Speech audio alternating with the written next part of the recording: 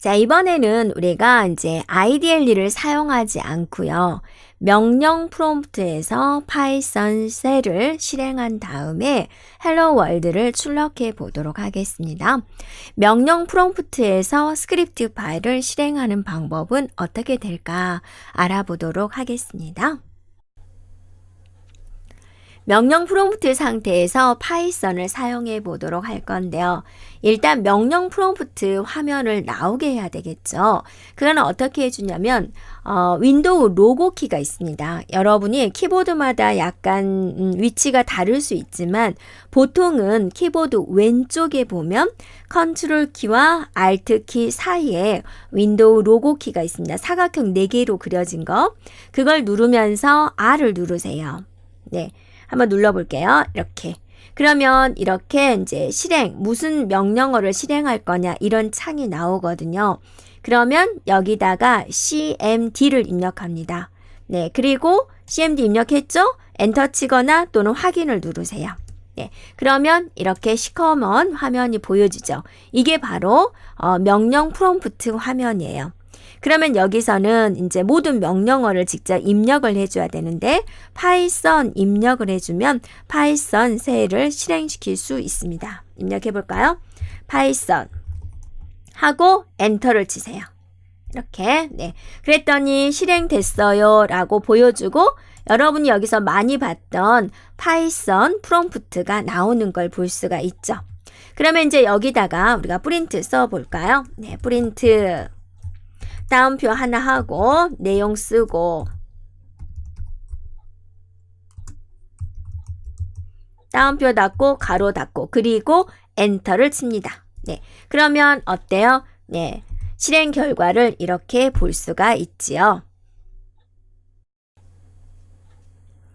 네, 이처럼 명령 프롬프트 상태에서도 파이썬 쉘을 실행해서 파이썬을 사용할 수 있다라는 걸 우리가 알았죠. 자, 이런 명령 프롬프트 상태에서 이제 파이썬을 끝내려고 해요. 그러면 어떻게 해주면 되냐면 여러분이 EXIT를 가로 열고 닫고를 입력하거나 또는 단축키 컨트롤 Z를 눌러도 돼요. 자, 저는 EXIT를 한번 입력을 해볼게요. 자, 여기 앞에 있는 프롬프트를 보면서 이거는 파이썬 상태구나 라는 걸 알고 있는 거고 엔터를 쳤더니 이렇게 파이썬에서 빠져나오는 걸 볼 수가 있죠. 자, 이 상태는 파이썬이었죠. 이 상태는 이렇게 빠져나온 상태죠.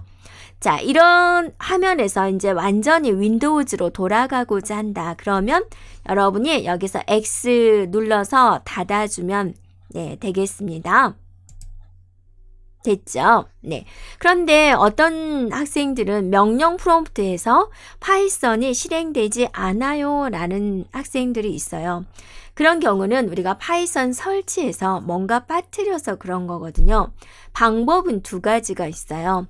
파이썬 프로그램을 완전히 삭제한 다음에 다시 설치하거나 또는 이렇게 조금 복잡한 과정을 거쳐주면 되는데 그러면 파이썬 프로그램을 삭제를 하려면 어떻게 해야 될까? 네, 제어판에 보면 프로그램에 제거가 있습니다. 그러면 파이썬하고 어쩌고 저쩌고가 있어요. 이거는 여러분이 설치한 버전이에요. 네, 이걸 눌러주면 제거를 눌러주면 되고요. 우리가 이제 앞에서 파이썬 설치하기 부분이 있었죠. 그거를 참고해서 네, 파이썬을 설치해 주면 되는데 특히나 add 파이썬 해가지고 패스 있죠. 여기에 꼭 체크가 되어 있어야 돼요. 그래야지 아무 데서나 파이썬 프로그램을 실행할 수 있는 거죠. 또 다른 방법은 삭제는 하지 않으면서 우리가 뭔가 설정을 변경을 해가지고 네, 사용할 수가 있는데 조금은 복잡한 방법인데요. 제어판에 시스템 및 보안에 한번 가볼까요? 자, 여러분이 제어판 한번 갈게요. 제어판. 네, 여기 보면 시스템 및 보안이라고 있습니다. 자, 이거를 누릅니다. 이렇게요. 자, 눌렀죠. 그럼 시스템을 누르시오 그랬어요. 시스템. 자, 여기서 시스템 어디 있나 보세요. 여기가 있죠. 네, 눌렀어요. 그러면 여기에 고급 시스템 설정이라고 있죠. 눌렀어요. 네. 그랬더니 이런 창이 떴어요. 그러면 여기에 고급에 보면 하단에 환경 변수라고 있죠. 네, 누릅니다. 네. 그러면 여기에 이제 사용자 이름이 이렇게 나오게 되고요. 사용자 이름에 보면은 여기에 패스다라고 있는 데가 있죠. 이걸 눌러주고 편집하겠다. 편집을 누릅니다. 이렇게요. 그러면 현재 설정된 패스에 대한 내용을 보여주게 돼요. 그런데 지금 파이썬에 대한 패스가 없는 상태잖아요. 그래서 그거를 이제 여기다 추가해서 넣으면 되는데요. 여기서 새로 만들기를 누릅니다. 그러면 커서가 여기가 오죠. 그러면 여기다가 이제 경로를 추가해 줘야 되는데요. 자, 어떤 경로를 추가를 할까 봅니다. 자, 그래서 이런 경로를 추가해 주면 돼요. 본인의 운영체제가 32비트이면 이 두 가지 경로, 64비트면 이 두 가지 경로를 추가해 주면 되는데요. 자, 여러분이 여기서 수정해 줘야 돼요. 파이썬 36-32라고 적어진 건 뭘 의미하냐면, 자, 3.6 이고 3.6 버전이고 운영체제가 32비트다라는 거예요. 그래서 이 부분은 여러분이 설치한 소프트웨어 종류 또 운영체제에 따라서 이 글자는 다르게 나타날 거예요. 네, 그래서 이 두 개의 경로를 그 부분에다가 추가해 주면 되겠습니다. 네, 참고로 리눅스와 맥에서 헬로 월드를 출력하는 방법입니다.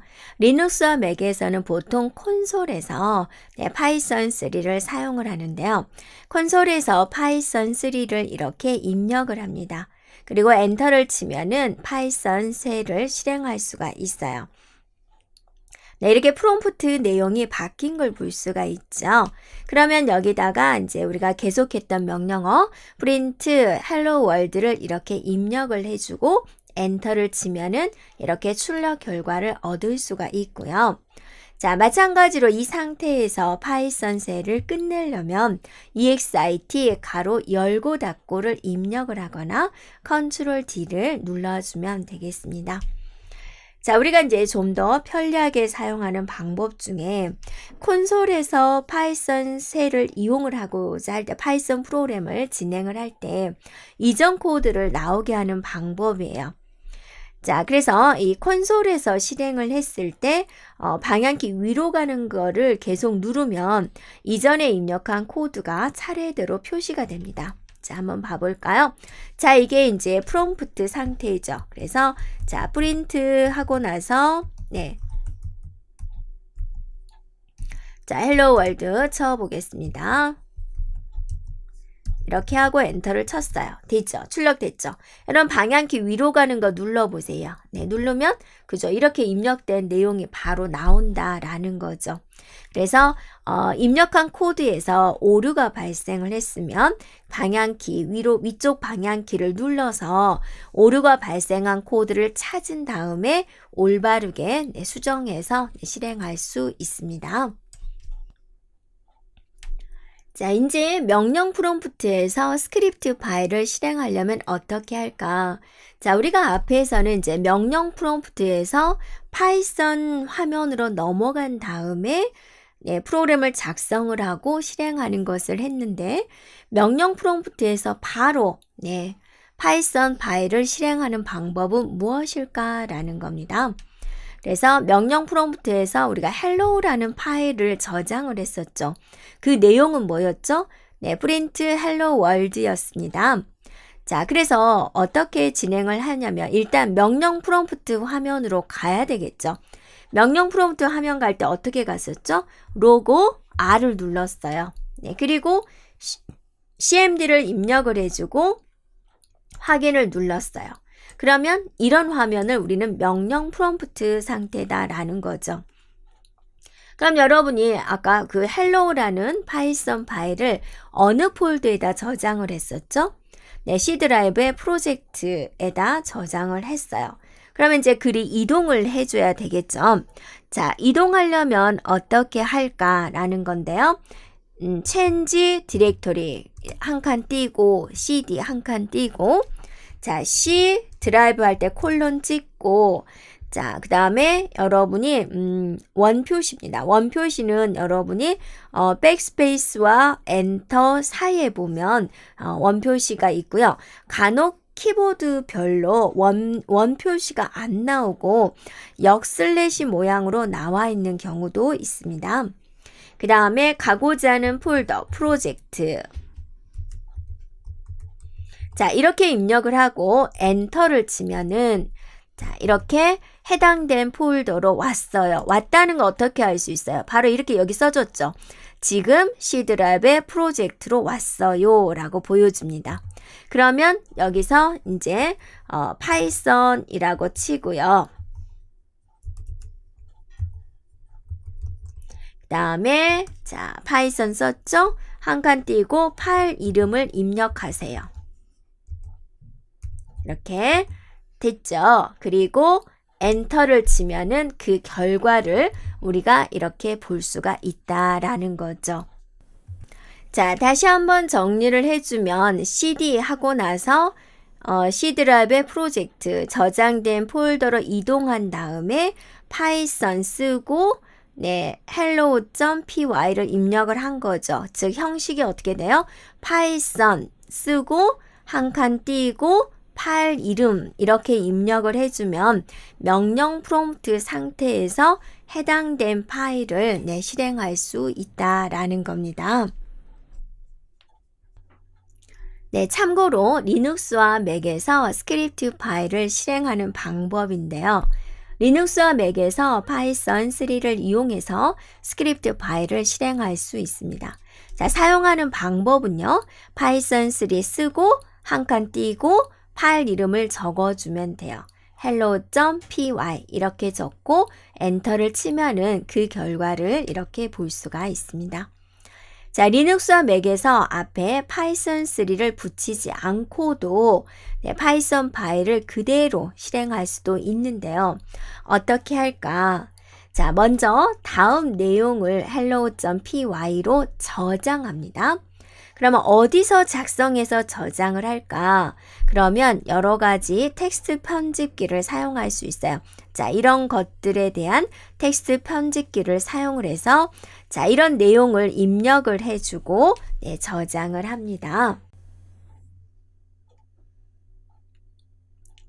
hello py 파일을 저장을 했으면 이제 chmod change mode 권한을 변경한다 라는 겁니다. 이 명령으로 hello.py에 실행 권한을 줄 수 있습니다.